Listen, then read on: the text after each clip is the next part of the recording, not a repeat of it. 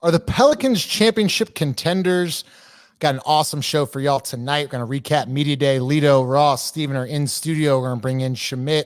We're going to bring Jake Madison, Chaz, and Chris Connor to start what is 2022-2023 New Orleans Pelicans season. Before we get into that, make sure you download the DraftKings Sportsbook app right now and use promo code BOOT. New users, if you use promo code BOOT, if you bet $5 on any NFL team, you win $200 in free bets using the promo code BOOT by DraftKings Sportsbook, the official sports betting partner of Boot Crew Media and the NFL. Let's get into the show.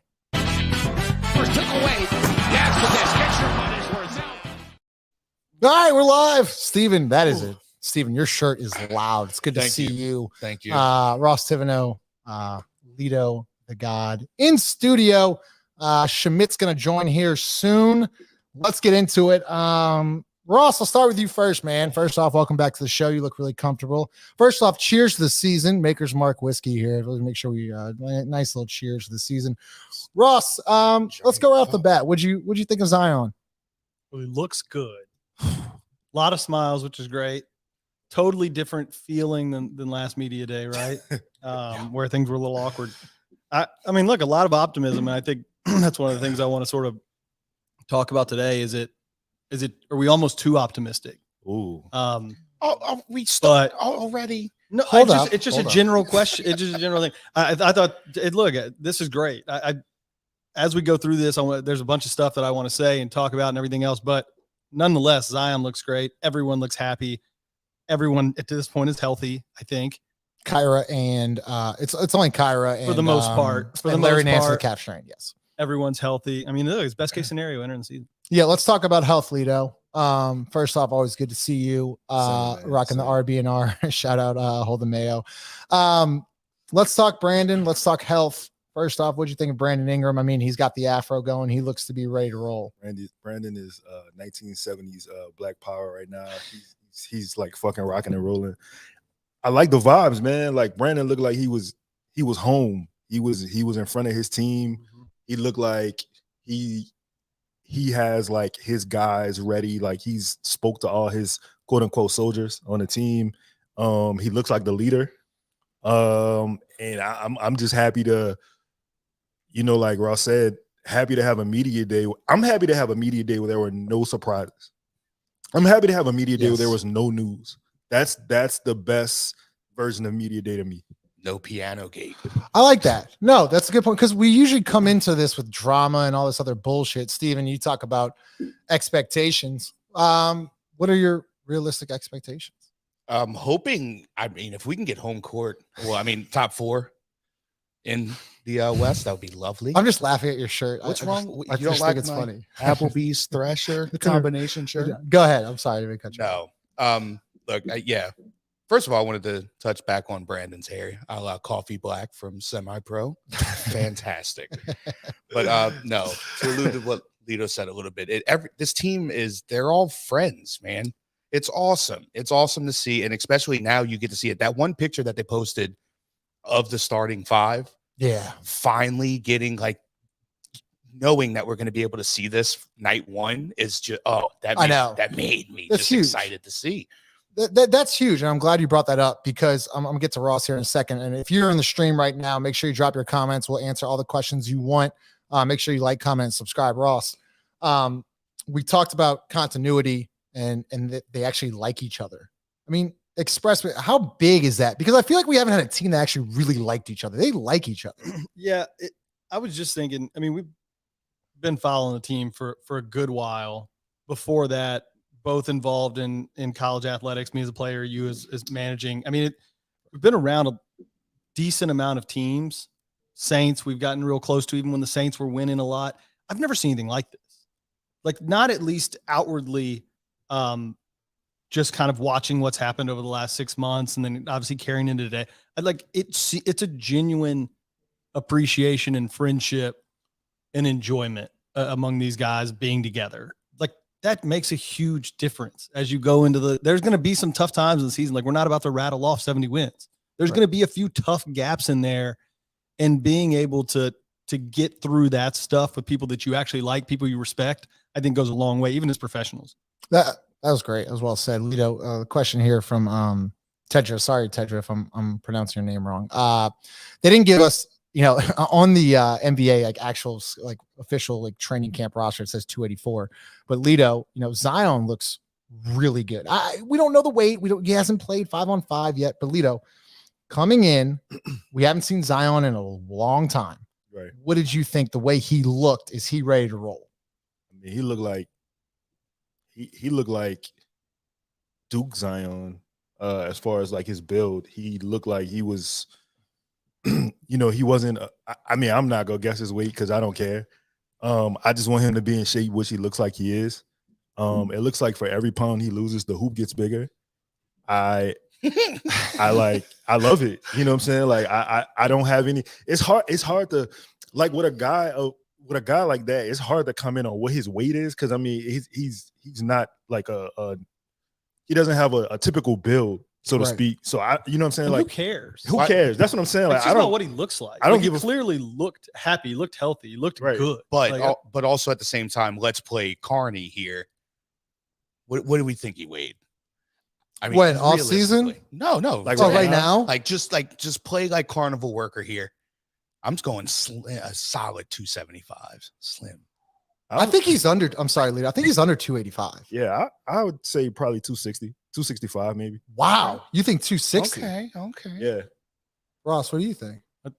Yeah, I thought. I mean, it's always hard to say, right? Because I'm sitting here thinking back. I saw those biceps. But remember, like the peak LeBron thing where they were saying he was like 265, 270. Mm-hmm. Remember when they were saying LeBron was like huge? Yeah. I don't know. These guys look like they're. I don't know. He could still be heavier than that, I think, but like it just doesn't matter. He's also a muscular ass dude. Yeah.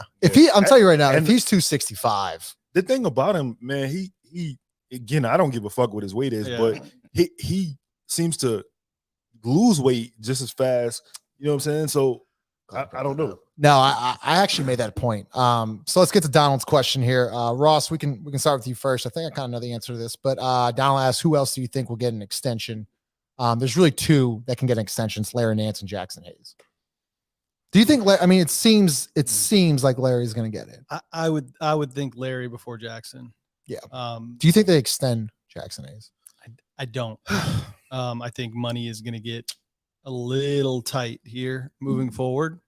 I would expect them to keep Larry around for a lot of the things he did at the end of last year. Versatility, a little bit more veteran leadership.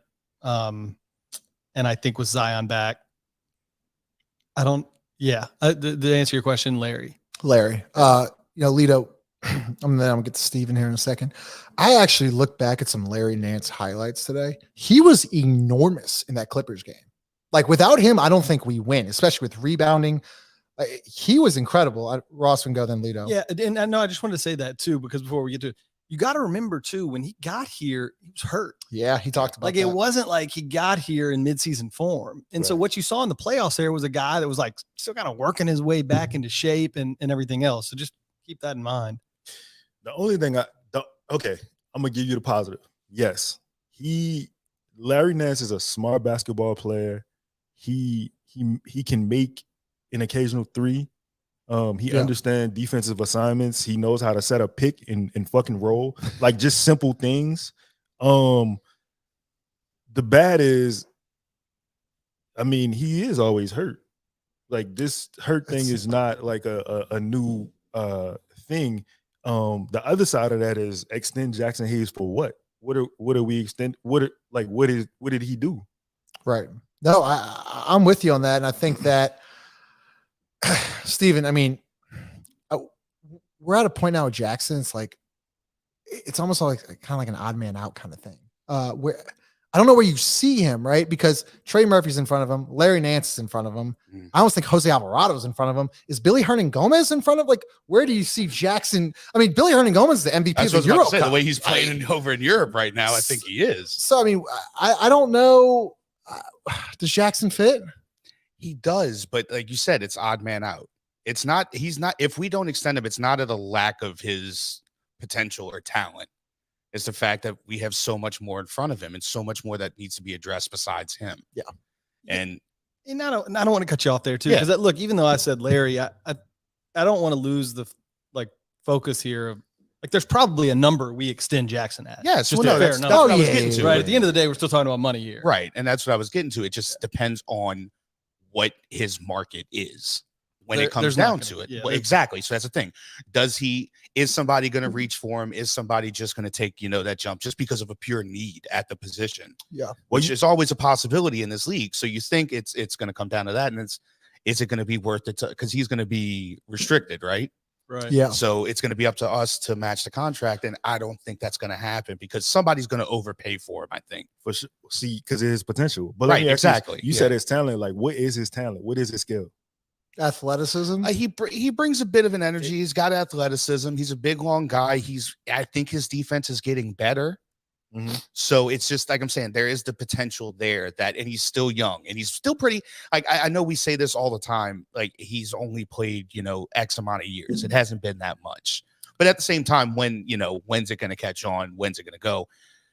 Like really click for him? When's that going to be? And I think that he's still at that age where it's like, okay, maybe we will. And like there's a team that's going to need a young guy here. Maybe a team that's rebuilding, looking to somebody who can afford to pay him a little bit more and to just to help out. No, and listen, but also at the same time, I mean, Larry Nance, let's look at him. Like you said, he's always hurt. He's also, not really on the back end of his career, but more towards it than Jaxson Hayes is. So it's just there are the pros and cons with each of them. Now you have, and again, it's all circumstantial at this point. It's way too early, but still. Yeah. Listen, the one point I want to make, and I'm gonna get to you, lead on that. I see y'all's questions, guys. So keep filling up the comment section questions. I'm gonna get to them. Don't worry about it. Lito, he does mention Jaxson Hayes. We've seen him mature a little bit. He had a really bad offseason last year. Then he had the pandemic, and then I think he might have gotten hurt, whatever. He admitted today, he said, I need to get off to a faster start. Because he's admitted. I mean, Ross, me and you were I'll never forget that game, but back-to-back years, he's been off to a very slow start. Lito, do you think that maybe this is his final shot at it? I think that self-actualization is the key to life. And I feel like if you can't look in the mirror and acknowledge what you haven't done and not take it as people are picking on me and these are things you need to get better at, then I do believe that you can get better at them. But if you just block the criticism away like people are just hating on you, then that's not real. And this is my thing with Jaxson Hayes. I'm not down on his talent. I truly believe. I think the thing with him, since he started playing so late, as far as basketball goes, I think he is a team or two away from being what he will actually become. Perfect example. I'm going to cut you off, JaVale McGee. Perfect example. Well, yes and no, because JaVale, even though his offense wasn't there, JaVale got defense very early. Yeah, that's fair. But I think that in time, Jaxson will become a guy who you maybe can anchor your defense around. But yes, to answer your question, I think that if he saw what he didn't do, or if he finally listened to the coaches and paid attention to what he didn't do, like I hope he gets off to. I want him to succeed. I don't want him to fail. Yeah, we all want him to succeed, and we could go on and on. Hold up, we're gonna go on and on. We gotta get Shamit Dua on. Shamit, about to join the show right now. There's Shamit. How's it going, Shamit? Good. Just shoving my mouth full of food right now, so you're gonna see me chewing, but I'm good. What's happening, fellas? Not much. Shamit, are you in trouble? Where are you? It looks like a green screen. That's a green screen. Oh, I thought he was in jail. He looks like he's in prison or something. I mean, I didn't know if he's Shamit, yeah, they let me do like the visitation. They let me have media day, and then I got to get back to my. Shamit of in the No Pod with Mason Ginsberg. Shamit, let's get right to it. Let's talk CJ McCollum. You had mentioned you've been tweeting a lot about how good of a deal it was for CJ McCollum. Can you dive into that a little bit and explain, the contract situation and the extension? Yeah, so I think CJ was eligible for a lot more money than people realize. He signed for 2 years, $62 million. That annual value easily could have hit $37, $38, $40 million a year. He easily could have asked for a max contract. You look at when Drew Holiday was traded to the Bucks, there was almost no negotiation. Drew got like $160 million right off the gate in a 4-year extension. And that's something CJ could have done. They're not dissimilar ages. They have similarly productive games, even though one's an offensively oriented player, one's a more defensively oriented player. The fact that the Pelicans didn't hamstring themselves with the number of years here, and the fact that as the cap goes up, the percent of the cap that this contract occupies decreases. That's huge, and it affords a lot of flexibility moving forward as you get later in the contracts of Zion, and as you get Brandon up for his new next contract that's going to be worth significantly more. So good work by the Pelicans to secure that. And I don't believe for a second when people are like, oh, well, you guys should have not committed to this and saved your cap space for what? What are you saving your cap space for? We've seen when they had $40 million in cap space, no one wanted their money. And now that you have a player of that caliber that you were willing to pay with that cap space, they were willing to pay a 35-year-old Kyle Lowry. They were willing to pay a 36-year-old Chris Paul ungodly amount of money. I don't see why people should have a problem paying a 31-year-old CJ McCollum, who was a tremendous addition to their team last year. And who wants to be here, like has been vocal about wanting to be here. And along while we're talking about guard, Shamit, I wanted to get your opinion on what you kind of think the backcourt is going to look like this year. Obviously, CJ handled the ball probably a lot more with the Pelicans than maybe he had in terms of initiating the offense previously with the Trailblazers. What do you see kind of behind him? That's a good question. I think it's going to be a battle between Jose and Devontae. And I think there are moments and teams that you could play Jose and Devontae together, but that's not ideal. You never want to play two guards who are under 6'3" together. You never want, and that's the same thing goes with CJ. You don't want to play CJ and Jose too much, even though Jose is a good defensive player. And you certainly don't want to play CJ and Devontae. We kind of saw that experiment last year.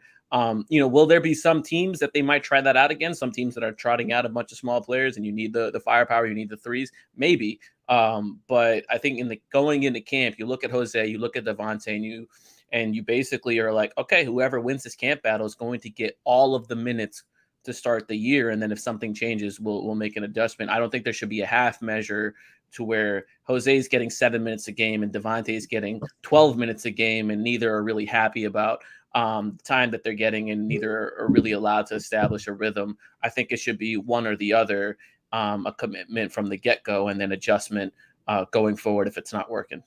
Mm-hmm. My guy, Shamit the Pool Shark. I got a question for you, man. Did you have any reservations, not as far as like resigning CJ, but did you have a number you thought they would land on? Yes, I did have reservations, actually. I was scared. I was scared that they were going to give him 3 or 4 years. I was scared that it would be something, I was expecting 2 years, 70 million. And I would talk myself into that. And that's 35 million a year, and 32 million a year is not too far from it. So I definitely can't be upset that they landed on that. But yeah, I think if they would have given him 3 years, then you're getting into a little bit troublesome territory because you have 5 years of CJ left, and you're committed to one style of play, one guard for that amount of time.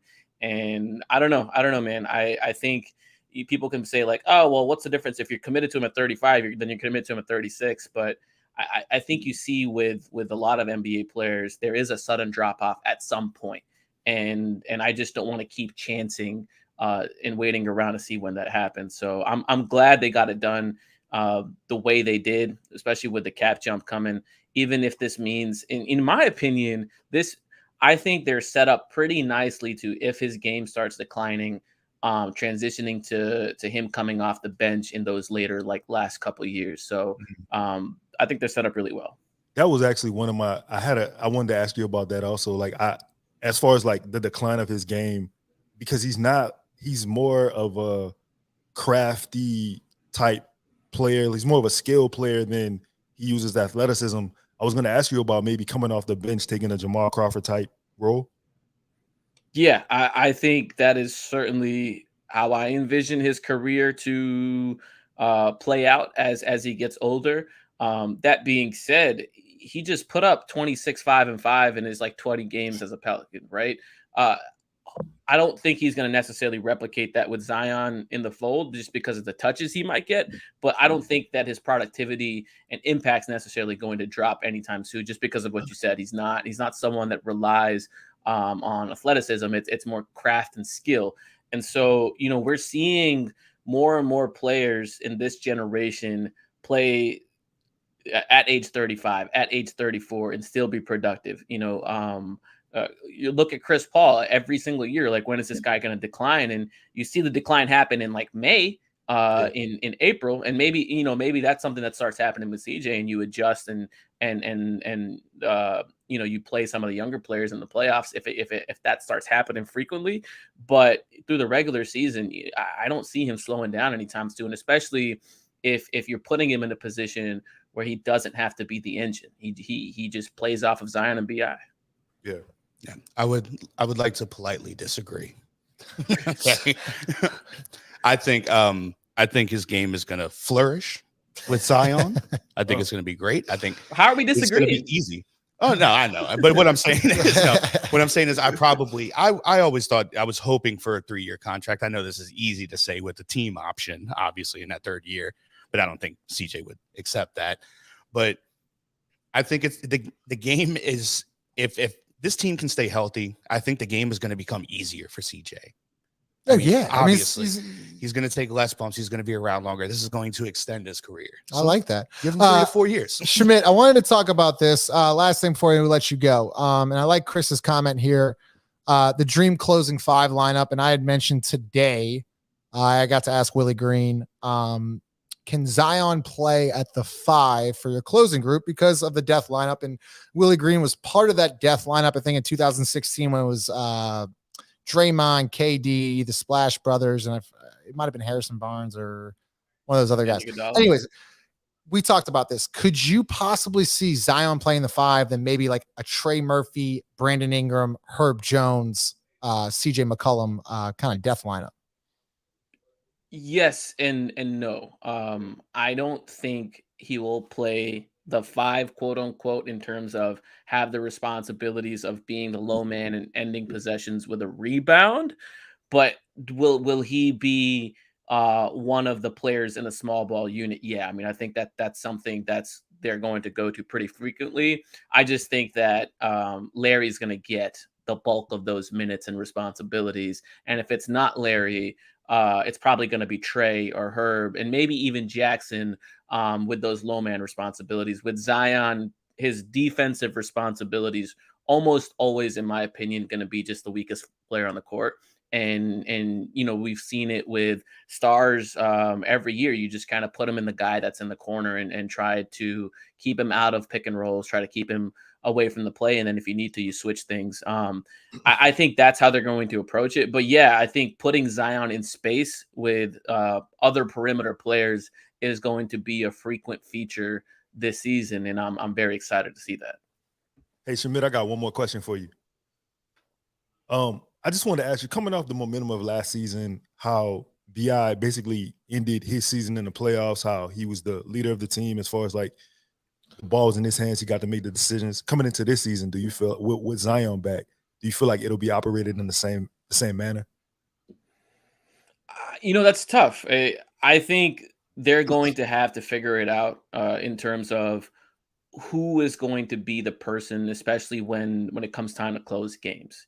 And, the first 3.5 quarters, it's whatever. You just kind of run your sets. One person gets hot, when another person gets hot. Someone's playing with the second unit, whatever. But when the game slows down in the last 6 minutes, who's running the show? Who is the one bringing the ball down the court? Who's getting the people into their offense? Who's exploiting the mismatch? And in a perfect world, it's whoever has the mismatch, right? Whether that's Zion, whether that's Brandon, whether that's CJ. But we've seen in the past with those two together, and part of that was just a lack of creation and guard play around them, a lack of offensive talent around them. But we've seen in the past when it got to those clutch time minutes, they faltered because no one knew who was going to step up, and it was kind of like, do I do it? Do you do it? And someone's got to take charge in those minutes. I think I would prefer it to be Zion oriented, and that's not a slight against Brandon. I just think that Zion's better at drawing the attention of the defense, and he's so good of a passer that when he draws the attention of the defense, you kick it out to Brandon, or then you get Brandon going downhill in a situation where he's playing one-on-one rather than he's the person that's taken to and creating something else. So I think Brandon Ingram as the tip of the spear, as someone that gets to really wreak havoc against the offensive attention that Zion and CJ are going to draw. That's an efficient player that we have yet to see. And I'm pretty excited to see. Love that. Shamit Dua in the No Pod. You can follow him at Shamit Dua on Twitter. I'm sorry, Fear the Brown. I'm calling you Shamit at Fear the Brown on Twitter. Shamit, thanks for joining the show. We'll catch up with you later. Appreciate you, brother. Peace. All right, let's get into some comments. First off, I got to shout out my guy, Jake Hardy. If you're not following Pelicans Report on Instagram, this kid is incredible. Jake, you're doing awesome. I do remember all the reports about Zion gaining muscle easily because of the build. Body composition is better, greater than weight. Yes, Ross. Before we get into more comments, yeah, I got to give one shout out. I don't even know the guy's name. Okay. The guy from Saki. No, the guy from Rockin' Saki. The bartender. But like this guy is phenomenal. You like him? Every time I go in there, we order from it all the time. I felt like I had to say it. I just saw him a couple days ago. Every time we go in there, guy loves the Pelicans, loves the show. Nicest guy, loves talking hoops. I don't know if you're listening. I got to get the guy's name. Yeah, but we should start with the name. But could he bring some sake on the show next time? I'll ask him. Please ask him. I want some sake. Least I can do. Felt like I had to shout that guy. I like that. Now let's go to some common questions. Sorry, Rakshida. Sorry, I don't know if I pronounce it. Good evening, y'all. Good evening to you. What are y'all looking forward to from this team this year? Expectations. Steven got his answer already. I'll start first. I think expectations are top 4 in the West, and I don't think I'm crazy at all. If you keep this team healthy with Zion Williamson, don't give me the look, Lito. If you keep this team healthy with Zion Williamson, Brandon Ingram, and CJ McCollum, they have the best front court in the league. What, Ross? Go ahead. Look, was that too crazy for that? No, you're not too crazy for it. But it's not I that have much a of a little jump. bit of a. It's a huge jump. Hold up, go. No, I'm talking about seeding. What were we? 9? 10. Oh, yeah, we were 10. That's a big jump. We're gonna finish over 500 in like. That's right. Go ahead, Ross. Like 5 years. Yeah, dude. Like, It's happening. I think I'm super excited about the season. Okay, I love how excited everyone else is about the season. Go around town, like you run into bartenders, like everyone is excited about the Pelicans. That's awesome. I love it. People talk about oh, you weren't here when the Pelicans. I don't give a shit about any of that. Like we have more fans now than we had yesterday, and we had more yesterday than we had a year ago. That's awesome in and of itself. I'm a little nervous about how good people think we should be. Yes. That's the bad part about expectations. Yes. Because this is a team that we hadn't been over 500. We weren't last year, we weren't the year before. Look, things went great. We got CJ. It's a totally different team. Mm-hmm. I'm not saying that we're not going to be good. I think we're going to be very good. Mm-hmm. Like there's some good teams in the West, like some really, really good teams in the West. We're one of those. We are one of those. I think if I just don't want folks to get like if we're the 5th seed, we still had a fucking good regular season. Oh, of course. Yeah. Like the 6th seed, even dude, there's some good teams, and I just don't want that to be like that letdown. Like if we start the season like 7-6, and people are like, oh, here we go again. Like, don't do that. Like, just that's the only thing I don't want to happen. Like, it's going to be a good team. Willie is a really good coach. I think we have a lot of good players. I just don't want this thing to be like, if we don't come out the gates just balls of fire, 9-1. I hope there's not that letdown. Like, it's going to be fine. Like, not patience in terms of hey, like, if we're not playing well or anything like that, it just understand that you got to understand there's some good teams in the West. Like you could have a really good season and be 5th or 6th. I'm with you. Okay. Lito is waiting very patiently. I want to get Lito's take, and then we'll go to Steven. Listen, I know we're saying top 4, just whatever. I feel like I'm taking a realistic approach to the season. I think like I've been saying on every podcast we've had, I think the Pelicans will win between 45 and 48 games. I feel like when you look at the West, right? When you look at the Western Conference, I think Golden State is going back.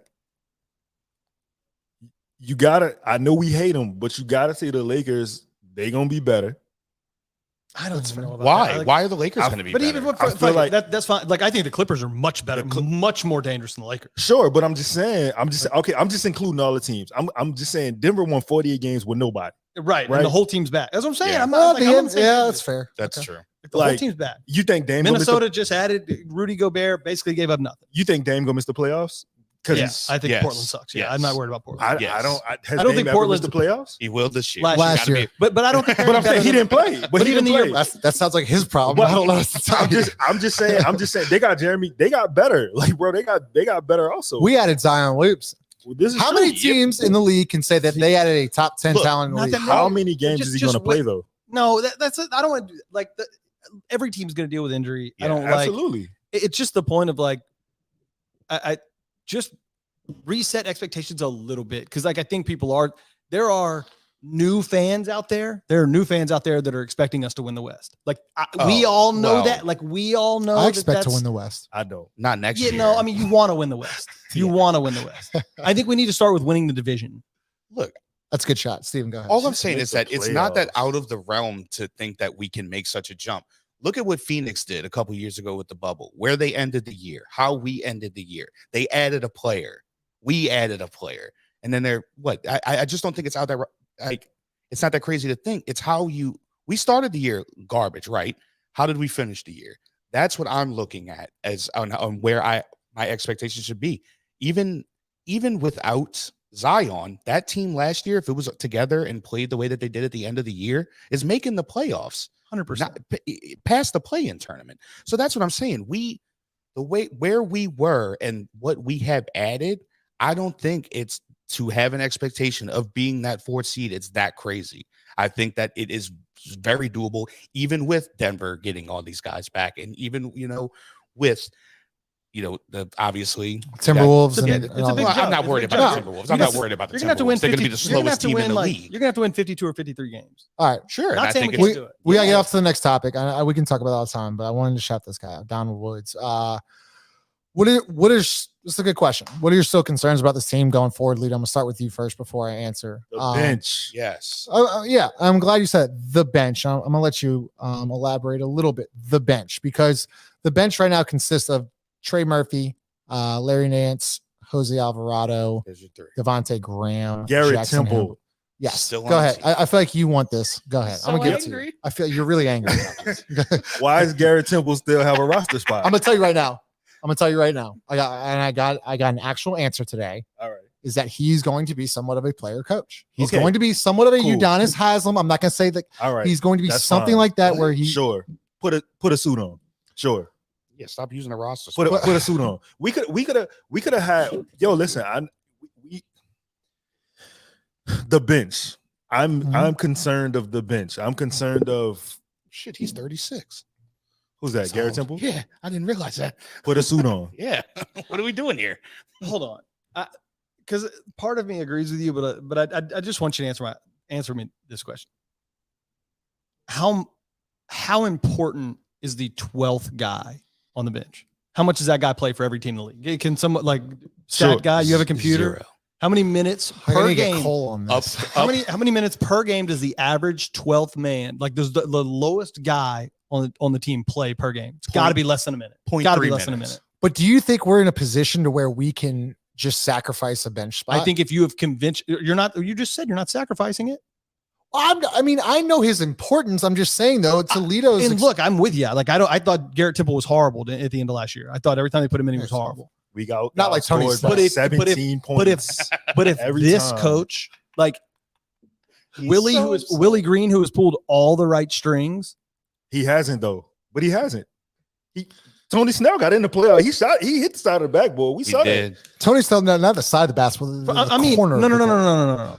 I mean, Accurate has for pulled that. all the right strings from a like a unity perspective, getting everybody on the same page, all rowing in the same direction. Like if that guy wants to use the 12th spot on Willie Green, on whatever, the Garrett Temple, like I'm good with it. So you're signing for Garrett Temple. Lito, your biggest concern. No, I think he sucks, but I'm signing. Jesus Christ. Actually, he's just a really nice guy. He is great. We got to get Jake Madison on. We're going to have some time with Chaz and some Chaz and Chris Cotter. Before we get, Jake's about to join the stream, make sure you like, comment, subscribe to the channel. And also, this is presented to you by Company Burger, the best burger in the city of New Orleans, located at 46 Red Street. Let's get Jake Madison on. Nola Jake of Locked On Pels. Jake Madison, what's up, brother? What's going on, you guys? Happy to be here.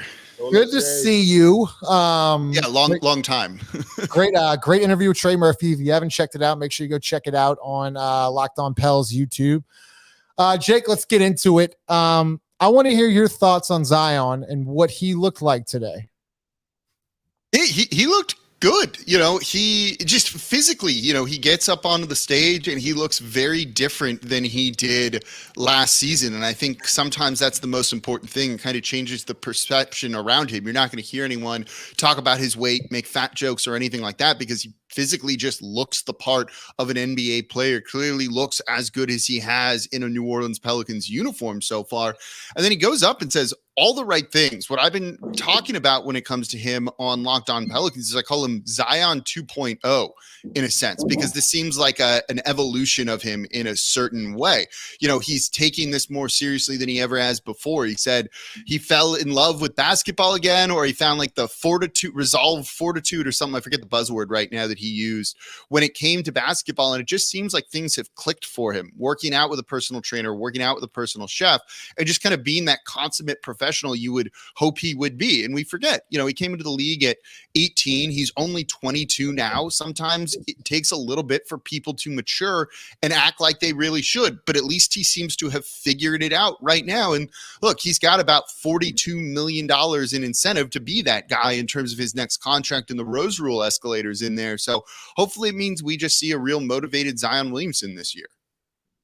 Hey, Jake, while we're talking about looks, is that optimism or is that like a just for men? I feel like your beard is less gray than the last time I saw you. I think it's more gray probably, but it's got like the little less stressed about the start of the season or what? You look great. We're just guys in midseason form. September. It's a good beard. Midseason last year was a lot of gray given the start that they got on. I remember someone on Twitter when the Pelicans were in the playoffs were like, "Oh, it's nice to see you having fun doing your show now." And I was like, wait a second. I think that's an insult, but also kind of true. Jake, first of all, the last time I saw you, I stepped on your shoes and you bought me a drink. Oh my God. I just what did he have on? Not just any. He had on the patent. He had that on the patent ones. Like I was about to say, Jake's got some of the. I tried to wipe it off on him. Like, I'm sorry, Jake. And he bought me a drink though. That was the wild what part. A guy. It's crazy, man. Jake, I had a question, man. I wanted to ask you about your win expectations for this season. It's tough to figure out. That's kind of one of the burning questions I had going into media day was, what are the Pelicans' own internal expectations for a successful year, for a good year? Is it just the play-in tournament? Is it top 6? Is it top 4?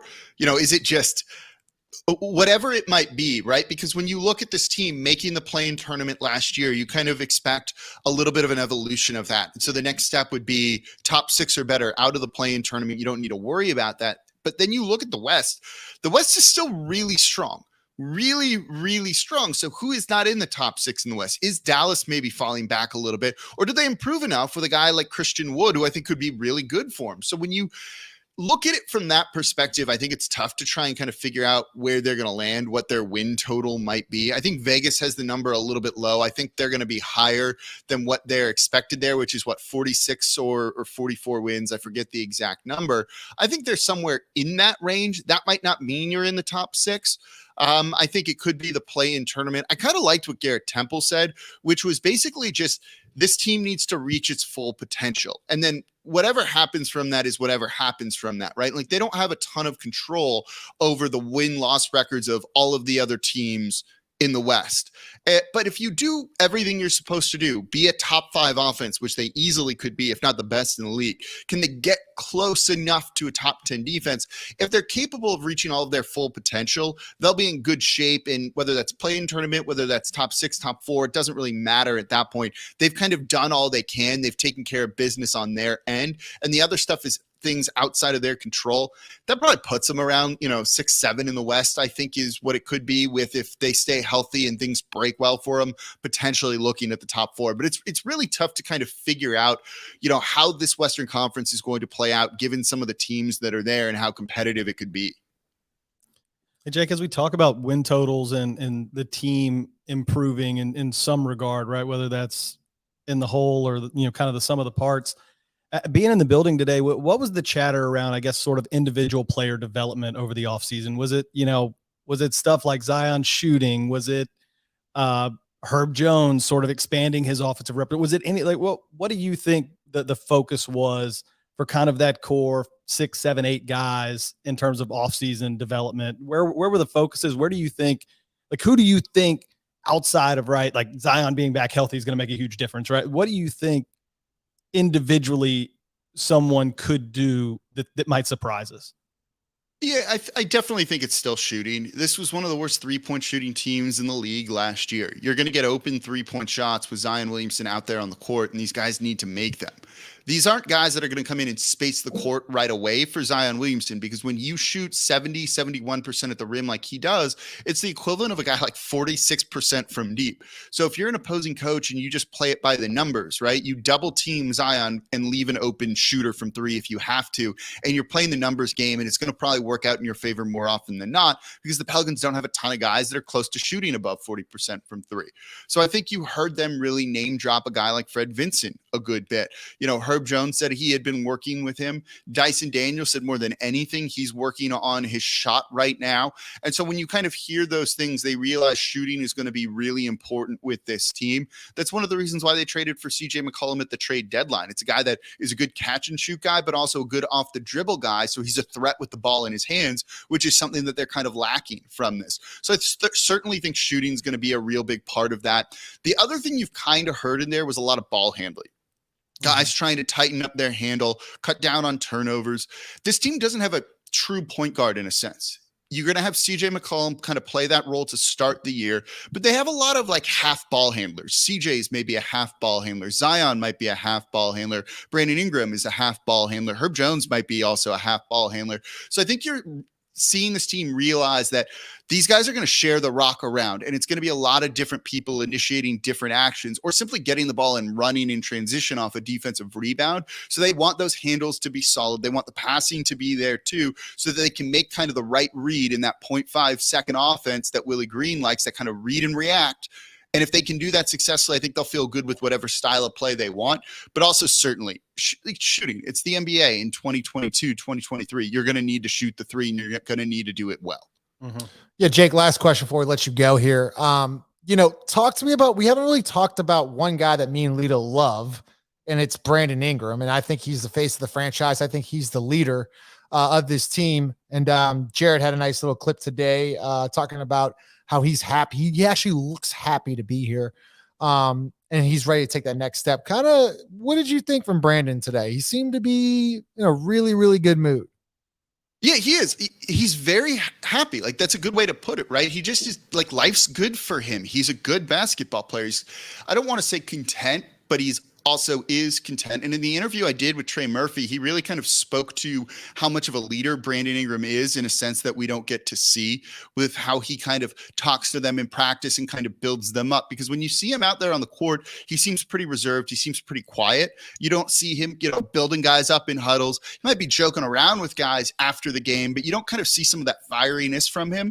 But he definitely has it inside of him. And, if there's one guy on this team that I'm not worried about, it's Brandon Ingram, right? We we know what he's going to average. He's going to average very, very close to 24 points per game. He's going to come between 5 and 6 assists per. He's going to get them somewhere between 5.5 and 8 rebounds per game. And he's going to shoot the ball incredibly well. And he should shoot the 3 ball better than he did last year. He's been as consistent as they come. His first 3 years in New Orleans, 23.8 points per game, 23.8 points per game, then 22.7. The numbers are incredible with what he's capable of doing. And he was an all-star during that time. I don't know if those numbers are going to go up, but you're going to see Brandon Ingram be arguably more important for this team than he ever has been before as kind of the linchpin, right? He can go out and get you a bucket. And Willie Green said, sometimes it's as simple as just give the ball to Brandon Ingram and let him do his thing. Like, when a coach is like, yeah, that's kind of our plan. That's what we're going to do. We're just going to let him get the ball and go. That's great. But we also know he can facilitate and pass, and he stepped up in that area last year. So he's kind of like the heart and soul, the engine of this team, and everyone kind of works around him, I think. And you're just putting better pieces around him, which is only going to make numbers go up and improve his efficiency, I think, which is something at times he's lacked a little bit here, but that's not really a knock on him. Dude's just a solid player. He's kind of quiet, so he's not going to get some of those big time highlights. You're not going to hear him give really good sound bites or things like that. But when you watch him play and when you follow him as closely as we do here in New Orleans, we truly know how good he is and what he's going to do through, hopefully 82 games this coming year. Hey, Jake, one more thing. Well, 2 things. The Trey Murphy drop, you got to add that to the pod. Like, that's got to be yes. going forward. That has to be a thing. And secondly, well, it's a 2-part question, but Brandon Ingram, I know, he had surgery in the offseason for the pinky. Like, as far as is like everything well with that? And secondly, do you think that the team will be running the offense through him, like, going forward as they did in the playoffs? Yeah, I mean, in terms of the injury, right? I don't, no one even talked about it today. It didn't really come up, did it? I don't think. I was there for his interview, and I don't think it got mentioned, which just tells you he's fine. This was not a big deal. This was not like, when he had the blood clot in his shoulder and there were bigger concerns. His pinky gets fixed. He doesn't play ball for a little bit. But again, if there's one person I'm not concerned about in the slightest, it's Brandon Ingram. He's still going to go and give you really close numbers to what he's done the past 3 years, which are all-star and most improved level type of numbers. He's going to be really good no matter what. I think in terms of what the offense is going to look like, that's still a little bit up in the air depending on how they're going to integrate Zion Williamson into it. But certainly they're going to have BI handle the ball and kind of be that point forward. He did it a lot with the Los Angeles Lakers too. I think they'll use him there. They're kind of looking at all of these half ball handlers, in my opinion, to kind of create 1 or 2 ball handlers so that you're just going to kind of do it by committee in a sense. So there's going to be times when the offense is running through Brandon Ingram and everyone's working off ball from him. There's going to be times when it's CJ McCollum running the pick and roll and BI's cutting or spotting up for 3. Then there's going to be times when it's point Zion as well. And we've seen the court gravity that he has in the past. They're just going to be able to throw so many different looks at a defense. And now with everyone being on the same page, and this is where things like the consistency that they're finally having, the same coaching staff 2 years in a row for the first time in David Griffin's tenure, for the first time in Brandon Ingram's tenure here in New Orleans, same for Zion too. That goes a long way towards everyone kind of understanding what you need to do and being able to change your play style on the fly, call out a play, and everyone gets into position. There's no thinking about it. We realize they're keying in on Brandon Ingram. Cool. We're going to run the offense through Zion and we're going to get him looks off ball. This is why I think they could be the number 1 offense in the league. I think that's a very realistic possibility for this team because there's just so much offensive firepower and so much variety. They can play slow. They can play fast, I think, too. And it's going to keep teams really off balance. Damn. I love that. They could be the best offense. Top Jake 4. Madison Top of Locked On Pelicans. Make sure you're following Nola Jake and also Locked On Network. Jake, thanks for joining the show, brother. Of course. Thanks for having me on, you guys. All right, so let's get into the last segment. We're going to get into fan questions, and we're bringing on, Adam, I feel bad for you because Chaz is waiting in the wings. Let's go. Chaz is waiting in the wings. We're going to get into fan questions. Give us all your comments. I do want to point someone out, Cole. We can get Chaz and Chris Connor in here. I do want to point out this guy, Jarrett Reed, for just doing an unbelievable job for his first media day today. So Jarrett, you were incredible. I wish he was part of the live show, but he couldn't be here tonight. Let's get, we got some guests on now. So I don't think this guy needs an introduction. Chris Connor. Yeah, there he is. Durag Slim. Hey, Chris. What up? Got a Chaz in the building. Chaz, what's up, brother? Yo, what's good, my man? What's good, All right, yo? let's get into it. We'll start first with Chris. Chris. I don't want to hear you say Durag Slim ever again. Ever again. That's why I love your show, baby. What do you mean?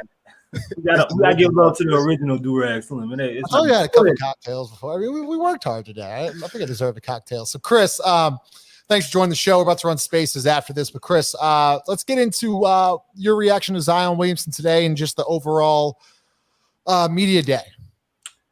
I mean, look, man, it was we had already heard some things, seen some images.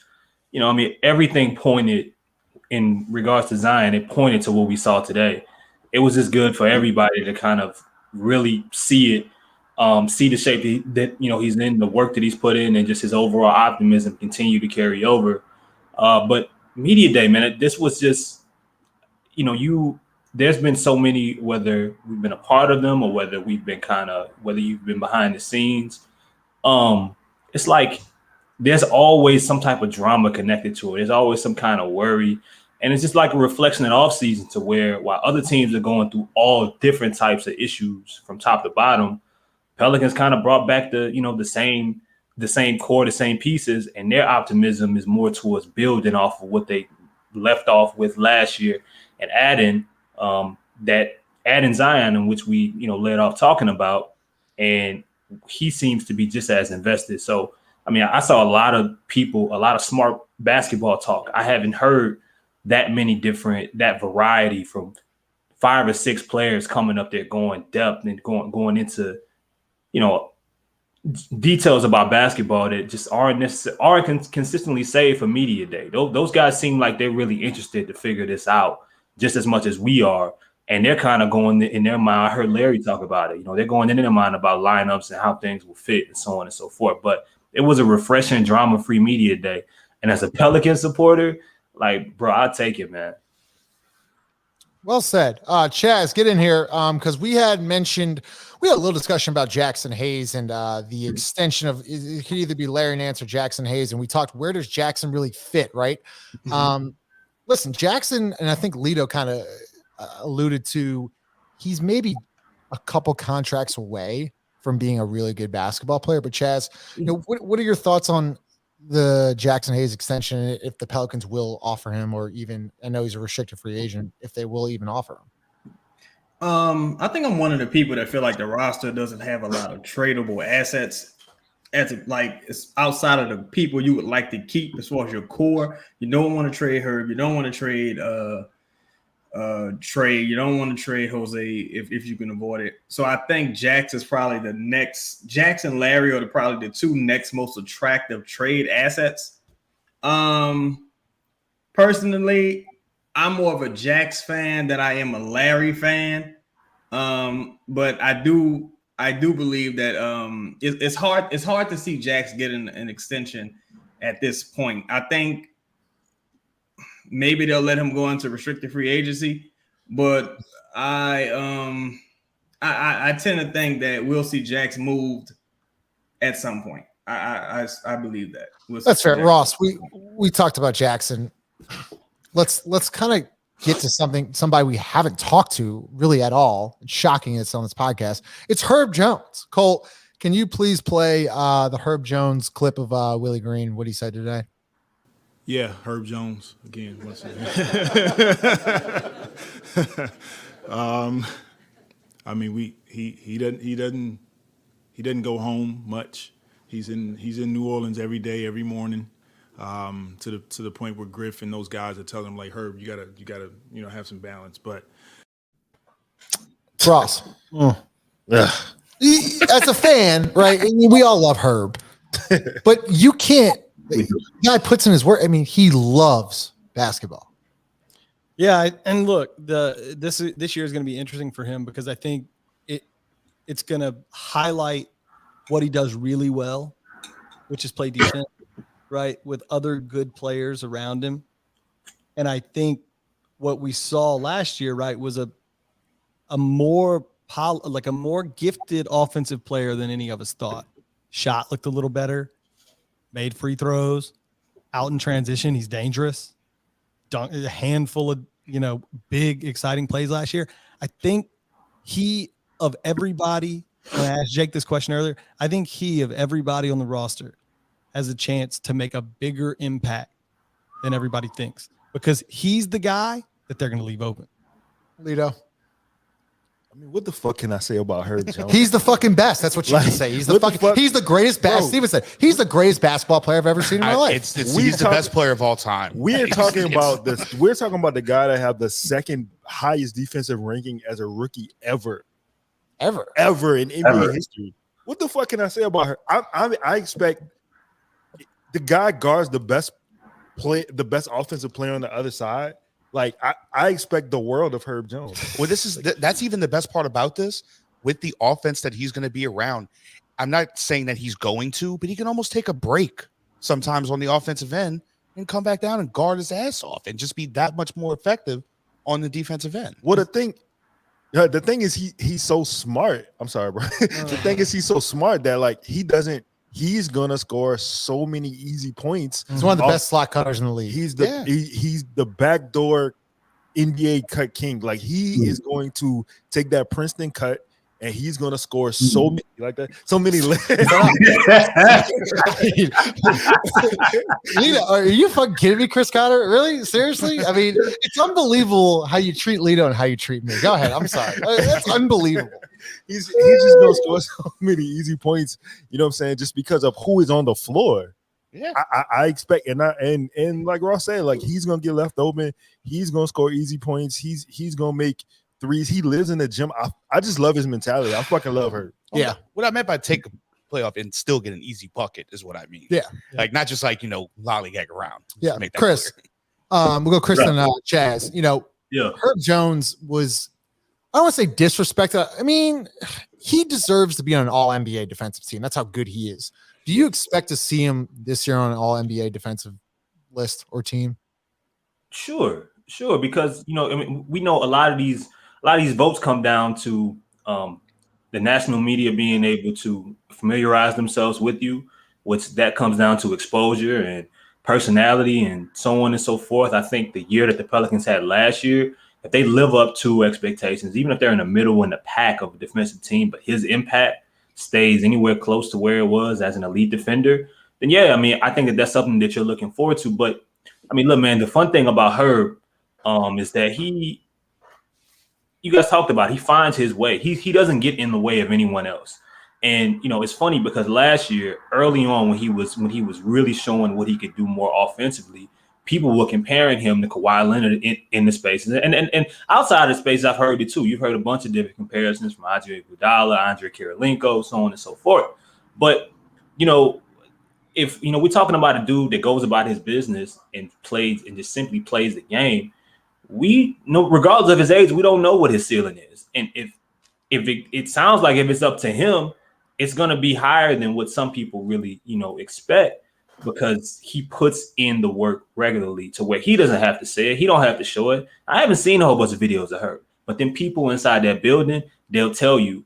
And I mean, that gives you the utmost confidence in him, whether it's an all defensive NBA team or not, Cole, can you play the Larry Nance clip of Herb Jones, please? Every time I was at the gym, he was either just leaving or just coming back for his second workout. The dude is a gym rat, and I tried to get him to go home. He needed to go take a vacation. I offered to pay for it. My thing was, hey, look, at start of training camp, you're going to feel great. In October and November, you're going to feel great. It's not what I need from you. I need you to feel great in March. I need you to feel great in June, But, dude doesn't have an off switch. He's a coach's kid, so... Chaz, first off, I know it's your favorite player, Larry Nance. So anyways, I know you're a big Larry Nance guy. So, Herb Jones throughout the day today was talked about how he is the hardest worker in the building. Give me your thoughts on Herb and what you expect to see from him this year. Well, what I don't expect to see is him taking Larry Nance's advice. I will not take a lifelong role player's advice when I have potential star talent. And the thing I like the most about Herb's tenacity and his dedication to his craft, I hope he don't take Larry Nance advice. Just go home, be like me. So what I'll say is scoring all those points for. I feel like the team has a lot of young guys who they don't necessarily have the bandwidth to develop. So it's great to see Herb taking the initiative and taking his career in his own hands. Because you got a young guy like Dyson, you have Kyra, who we're not necessarily sure what the future holds for. You guys still have Jax, you still got Zion that you have to develop, you still got Trey. So with a guy like Herb, who's mature enough and independent enough to go and take his career into his own hands, and he has that will to be great, because there's a lot of players who they might not necessarily have the raw talent, but they have the will to be great, and I think you see that with Herb. Yeah, I mean, listen, I agree, and it's good to see everybody in here. We got about 5 or 10 more minutes left, and once again, presented to you by DraftKings. DraftKings, the official sponsor, sportsbook of Boot Crew Media and the NFL. Bet $5 on any team. New users bet $5. Use code BOOT. You win 200 in free bets. Lido, let's wrap it up here. I mean, are the Pelicans legitimately today a championship contender? A championship contender. I'm gonna get Ross's thoughts. I'm gonna go down the line. Are they a championship contender? Like, you're asking me a current roster construction, dude. Right now, today, answer the question. September 26th. I hate this question. Answer. I mean, I guess today anybody's a championship contender. So Hey. yes. Don't do that. Don't do that. Don't do Yeah. that. So yeah, Do That's that. a cop out. Yeah, Don't do Ross, that. they're a championship contender. That's crazy. No, you're talking about for this season, or Yeah, like you're for this year. No, I don't think. I don't. I mean, it's a tough question because you don't know what could happen. My answer is no. Okay, Steven. Yes. Thank you. Yes. I'm in. Why not? What the Why fuck not do we us? have to lose? Why Who not cares? us? I agree. We're gonna win it all. We're gonna win it all, Chris. I mean, but no. Oh, sorry. No. Go ahead. But realistically, I'm not saying, again, it is possible. We can go on a bit of a run. Injuries can happen. Weird trades can happen, such as the Rudy Gobert trade. That was the worst trade in the history of the world. Chaz did a great vlog on that. Fucked up the whole offseason. I mean, it's terrible. So listen, okay, no, I'm just they're saying. not a championship contender today. No, What do they need to I be? think you got it. I think this is a dangerous game you're playing. I really do. I genuinely think this is a A dangerous dangerous That's game. why I What do didn't you want think of to the answer the repercussions? question. I didn't want to What do you answer think that. of the repercussions of answering this question? No, Are we going to be I strung I up? don't. That's not what I'm saying. Like, it's fine to think it's what I said earlier. Like, it's fine to think that we're gonna have a really good season. I think I think you are grossly overestimating or grossly underestimating how ridiculously optimistic the average fan is. That is, And I think if we start 5-5, we're gonna have a different conversation if we start 5-5 and people are fucking pissed Ross, off. I'm not. Ross, And if it's we gonna be start, I'll tell you right now, hold it's up. gonna be If ridiculous. we start 5-5, that's a fucking win, because first off, it's a gauntlet. Second off, we haven't started 500 in the first 10 games in a really long time. and you're saying that we're gonna win we have a really good chance to win the title this year. Yeah, I'm gonna be fucking on Pointer Street, probably half naked in a speedo. Hey, Yo, what's with the speedo? Like what? He wants to show off his thighs. I don't know. You're trying to figure out here. Playoff run, but I have concern about the level of optimism No. for what this team's going to accomplish Buddy, this look, year. I understand the normal fan. I have gone off on our fans in the past. We're not the brightest, but I understand that. But I don't give a shit. I've stopped listening to the average fan. And when I'm an average fan, Yes, you are. yes, I am. Do we listen to you? No, you shouldn't. But that's what I'm saying. It's like I don't care what the average fan and the dummies out there have to say. If you really look at this team, it's hard to say that it's not, other than the question marks on the bench. But if Dyson comes through and plays well, if some of these guys, if Trey Murphy steps his game up this year, Jose's only going to help out defensively. That's not going to get any worse. So what's going to happen? His offense is going to get a little better. Everything just points up. I don't understand why saying top 4 and a contender is crazy to say. Okay, Chris Connor, get in here, and then we'll go to Chaz. Justin, just keep your clothes on. Yeah, I will. Please. Trust me, you don't want to see this Please. fucking weightless body. Absolutely not. Yeah, Come on, bro. Brotherhood. Whatever happened to that's that? crazy. And the brothers. Okay. I mean, I'll say this. I think they have a better chance of winning the Western Conference than they do being a championship contender. What is your definition of contender? First, maybe we haven't. Also, what's it winning the Western Conference? Like Is you that get like past, first, you or- get past the first round, and you're in the second round, and people believe that you have a chance to win the championship. I mean, that's like, to me, you're a high seed, you're 2-3, you won a bunch of games against elite competition. Like, nah, this team might have a chance to actually win it all. They're beyond that. I think they have championship contending talent, but in regards to a team, we got to see how that meshes. But I think between the two, because of the youth, I still think that, like, history tells me that you got to bump your head at least another time or two to get over the final hump and win a championship or be in that group. But I think that could they come out, if they find their way to figure it out in the regular season, I give them a better chance of winning the Western Conference than I do of them being one of those final teams, even making it to the conference finals. And that I'm high on the team. I think they're winning 50+ games. Chaz, I mean, you're the most optimistic Pels fan out there. What do you think? Yeah, go ahead. I totally agree with Ross. I think you're setting these people up for failure. I think you're going to see a lot of distraught people this season, but that's all good.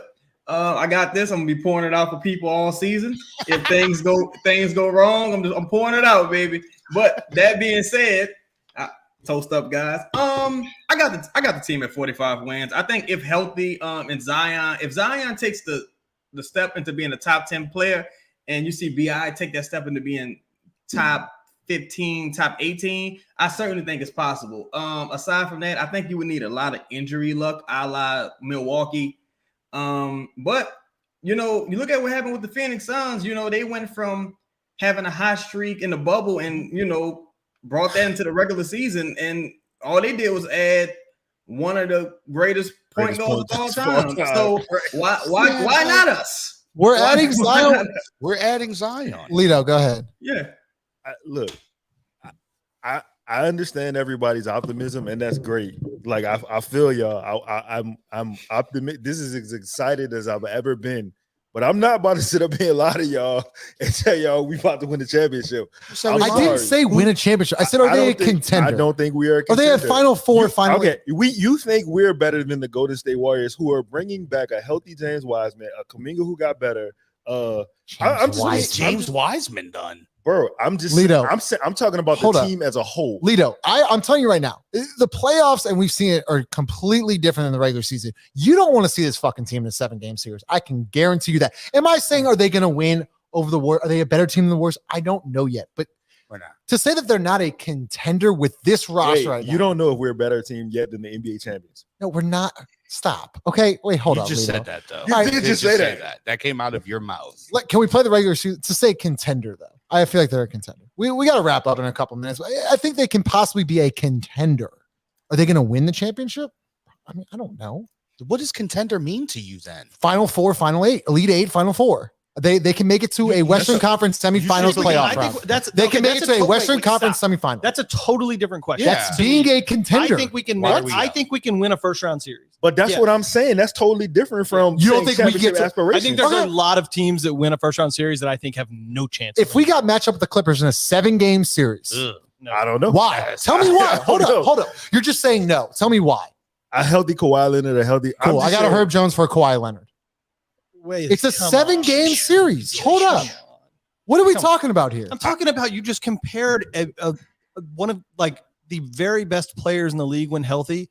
A guy that literally basically carried a team to an NBA title already. All-time playoff performer. You just compared Herb Jones, who we all love, to that guy. I said I have a Herb Jones to stop Kawhi Leonard. I want to say this.